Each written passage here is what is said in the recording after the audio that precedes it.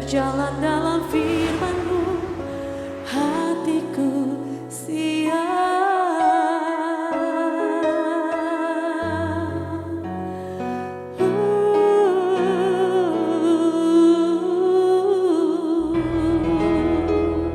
Salam, God Lover yang dikasihi oleh Tuhan Yesus, senang bisa kembali berjumpa dengan saudara-saudara semua dalam Rest and God malam hari ini bersama Diaspora TV.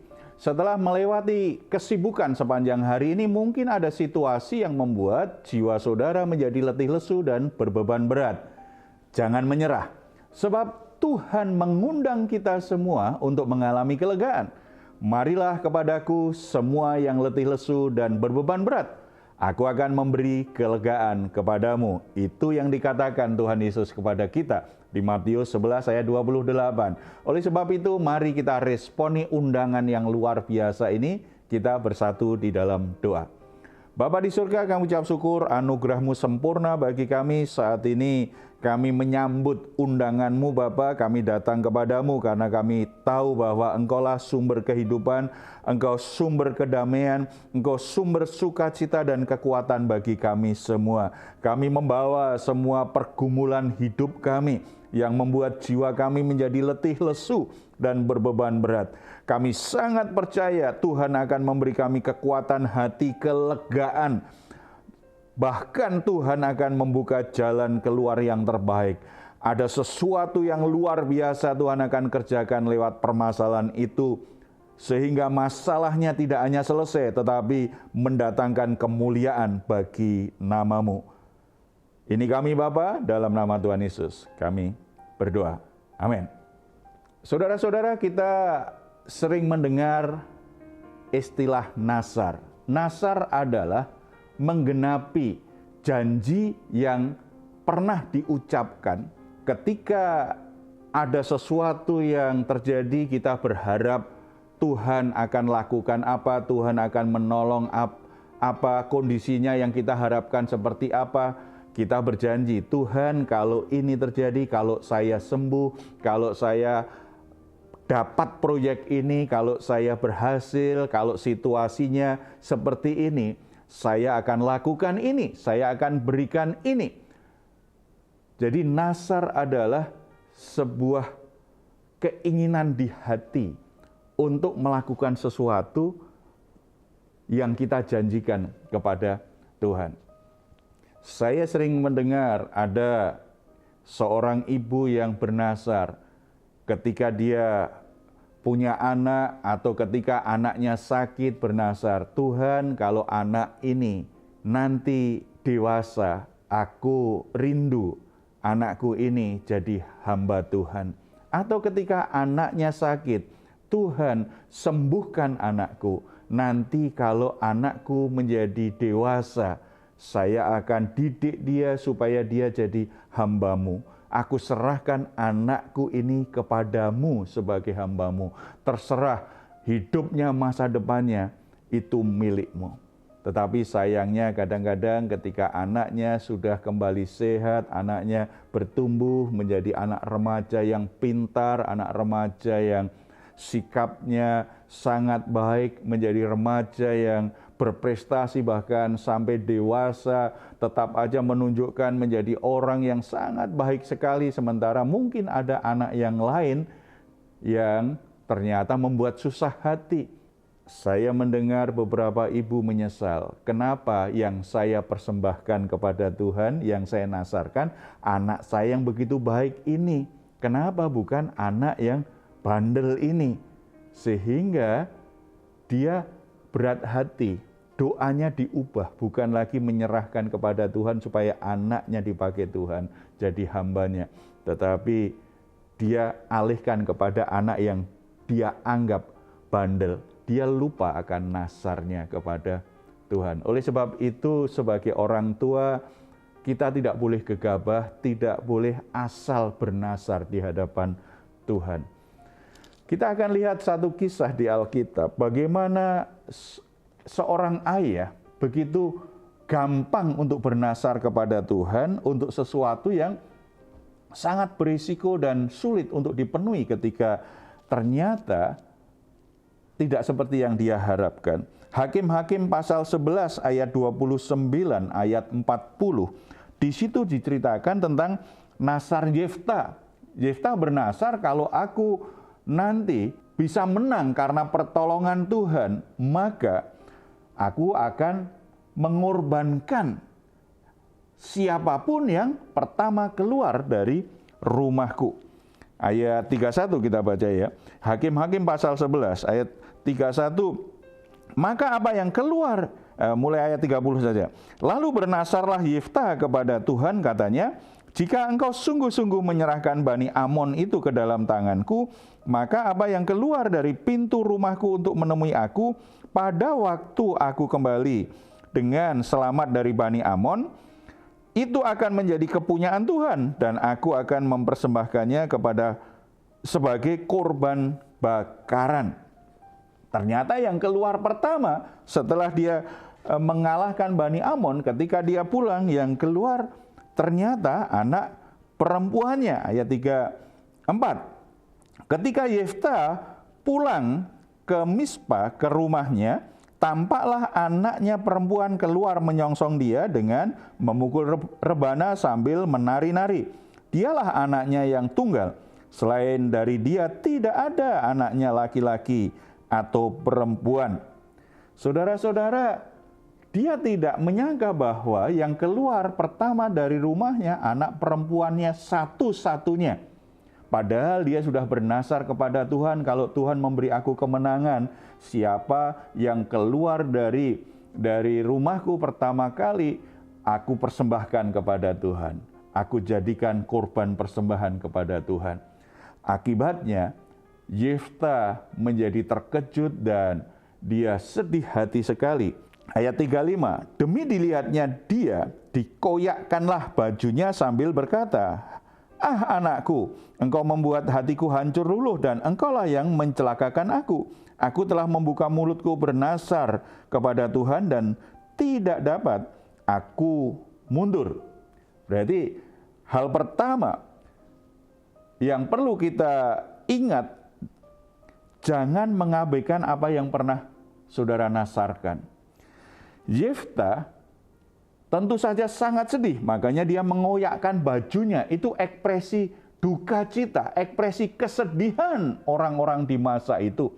Mengoyakkan bajunya, tetapi dia berkata, aku tidak mungkin mundur dari nasarku. Karena aku sudah bernasar kepada Tuhan, maka aku harus memenuhinya apapun keadaannya. Tetapi dia berduka cita, dia tahu dia akan kehilangan anak perempuan satu-satunya.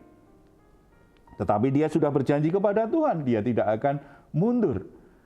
Oleh sebab itu kembali, Bapak Ibu, jangan terlalu mudah bernasar, jangan gegabah untuk bernasar. Lakukan saja sepenuh hati apa yang Tuhan perintahkan. Tetapi kalau saudara ingin supaya Tuhan mengabulkan doamu, Tuhan memberi perhatian terhadap permasalahanmu, Tuhan menjadikan engkau orang yang berhasil menjalani hidup ini dalam pekerjaan atau dalam rumah tangga atau apa saja. Saudara rindu saudara mengalami kesembuhan dari Tuhan, atau anakmu atau pasanganmu sakit, saudara rindu mereka dijamah Tuhan dan disembuhkan Tuhan. Saudara boleh mengajukan permohonan kepada Tuhan, tetapi jangan gegabah bernasar. Sebab begitu saudara bernasar, saudara tidak bisa mundur dari nasar itu. Saudara harus penuhi di hadapan Tuhan. Karena Tuhan yang kita sembah itu adalah Tuhan yang memenuhi janji.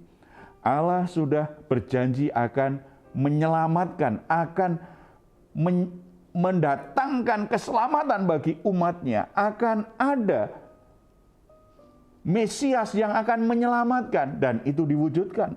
Walaupun ratusan tahun itu berjalan, tetapi tetap sesuai dengan janji Tuhan. Sesuai dengan apa yang pernah Tuhan ucapkan, Tuhan tetap memberikan keselamatan. Firman Allah menjadi manusia sama dengan kita, yaitu Yesus Kristus Tuhan. Itu yang akhirnya menyerahkan diri jadi korban penebusan dosa. Keselamatan datang walaupun taruhannya nyawa Yesus Kristus. Karena Tuhan sudah berjanji dan Tuhan berpegang betul pada janjinya. Kita harus belajar dari Tuhan kita. Oleh sebab itu ayat 39, Yefta memenuhi nasar seperti yang dikatakan, walaupun itu menyedihkan, mendatangkan duka cita bagi dia. Ayat 39, setelah lewat kedua bulan itu, kembalilah ia kepada ayahnya, dan ayahnya melakukan kepadanya apa yang telah dinasarkannya itu. Jadi gadis itu tidak pernah kenal laki-laki dan telah menjadi adat di Israel. Walaupun dengan sedih hati, Yefta akhirnya lepaskan anaknya. Dia persembahkan kepada Tuhan. Sampai tuanya, anak Yefta tidak menikah. Hidupnya sepenuhnya untuk Tuhan. Melayani Tuhan. Kehilangan yang benar-benar mendatangkan duka cita. Karena itu satu-satunya anak yang dia miliki. Dalam konteks yang agak berbeda, kita diingatkan, apakah Bapa di surga tidak sedih ketika mengorbankan Yesus Kristus di atas kayu salib? Pasti sangat sedih sekali. Tetapi dia tetap relakan anaknya yang tunggal mati di atas kayu salib. Karena itu janjinya kepada umat manusia yang dia ciptakan, bahwa dia akan mendatangkan keselamatan, bahwa akan ada penebusan dosa, akan ada korban penebusan dosa. Ia lakukan itu supaya lewat korban Kristus, semua orang berdosa mendapatkan jawaban atas masalah dosa yang menguasai hidupnya. Manusia berdosa mendapatkan anugerah pengampunan dan keselamatan kekal. Saudara-saudara, kembali, Bapak Ibu, apa yang pernah engkau nasarkan kepada Tuhan selama ini? Atau mungkin saudara-saudara, apa yang pernah saudara nasarkan kepada Tuhan? Akhir tahun, apa yang saudara janjikan kepada Tuhan? Sampai saat ini, apakah itu sudah saudara penuhi dengan baik? Mungkin di akhir tahun atau di awal tahun atau kapan saja kita pernah bernasar kepada Tuhan. Tuhan, aku akan persembahkan waktuku secara spesial untuk Tuhan, untuk melayani. 1 minggu saya berikan 5 jam waktuku untuk Tuhan. Kalau saudara pernah bernasar seperti itu, mengapa tidak coba menata waktumu supaya saudara bisa persembahkan waktu yang saudara janjikan kepada Tuhan? Atau ada orang yang bernasar, Tuhan, kalau saya akhirnya dapat promosi dengan pekerjaan ini, atau kalau proyek saya atau bisnis saya ini bisa berjalan dengan baik, tidak hanya 10% aku persembahkan kepada Tuhan, aku akan persembahkan kepada Tuhan 20%. Saudara, kalau ternyata Tuhan sudah memberkatimu seperti itu, jangan pernah lupakan apa yang pernah saudara nasarkan kepada Tuhan. Kalau saudara sudah menerima dari Tuhan apa yang saudara harapkan saat itu, saudara belajar untuk membayar nasarmu, memenuhi nasarmu di hadapan Tuhan. Karena Bapa kita di surga, Bapa yang konsisten, Bapa yang komitmen dengan janjinya. Dia ingin kita juga melakukan hal yang sama, menjadi orang yang bisa dipegang kata-katanya, menjadi orang yang bisa dipercaya dengan perkataannya. Ketika kita penuhi itu, Tuhan akan bekerja lebih lanjut, menggenapkan rencananya dalam hidup kita. Mari kita bersatu dalam doa. Bapa di surga, kami bersyukur untuk firman-Mu yang mengajar kami menjadi orang Kristen, menjadi anak-anak Allah yang bisa dipercaya dengan janji yang pernah kami ucapkan, dengan perkataan yang pernah kami ucapkan. Betapa kami sering bernasar, kami sering berjanji kepadamu, tetapi begitu mudah kami melupakannya. Kemudian kami membuat janji yang baru, kami melupakannya lagi. Betapa kami ini orang-orang yang sebenarnya tidak bisa Engkau percayai. Tetapi kami bersyukur kasih karunia-Mu tetap menyediakan kesempatan bagi kami untuk memperbaiki diri, untuk kembali melakukan yang seharusnya. Mengingat semua janji yang Tuhan sudah berikan kepada kami, satu persatu Tuhan genapi, satu persatu Tuhan wujudkan, Tuhan melakukannya dengan konsisten, bahkan janji-Mu yang begitu besar dan itu tidak mungkin bisa kami lakukan, yaitu pengampunan dosa, penebusan dosa dalam hidup kami. Engkau sudah wujudkan itu melalui kematian Yesus di atas kayu salib. Itu menjadi bukti bahwa Engkau pribadi yang sangat bisa dipercaya. Ketika Engkau berjanji, Engkau pasti akan melakukannya. Ajar kami menjadi anak-anak-Mu yang bisa menjaga perkataan kami, bisa dipercaya dengan kata-kata yang kami ucapkan, dengan janji-janji yang pernah kami berikan, baik kepada Tuhan, kepada orang-orang di sekitar kami.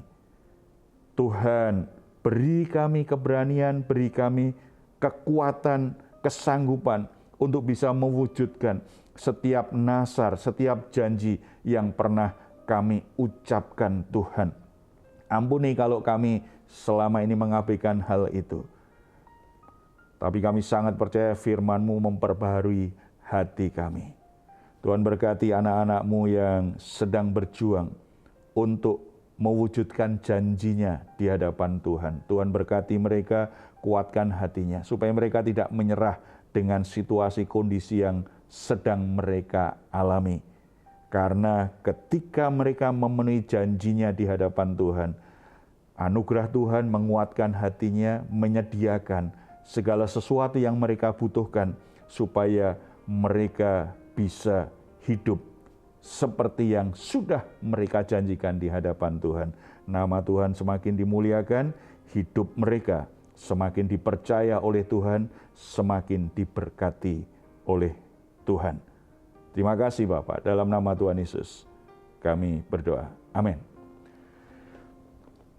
Jika saat ini Anda atau keluarga mengalami pergumulan dan membutuhkan dukungan doa, di layar Anda ada nomor telepon yang bisa Anda hubungi. Tim doa kami akan mendoakan saudara, tetap percaya, tetap berharap akan anugerah dan pertolongan Tuhan. Kuasanya tidak terbatas, sanggup untuk menolong semua pergumulan kita. Silahkan jika Anda ingin memberikan komentar di ruang komentar di channel Diaspora TV. Kami tunggu.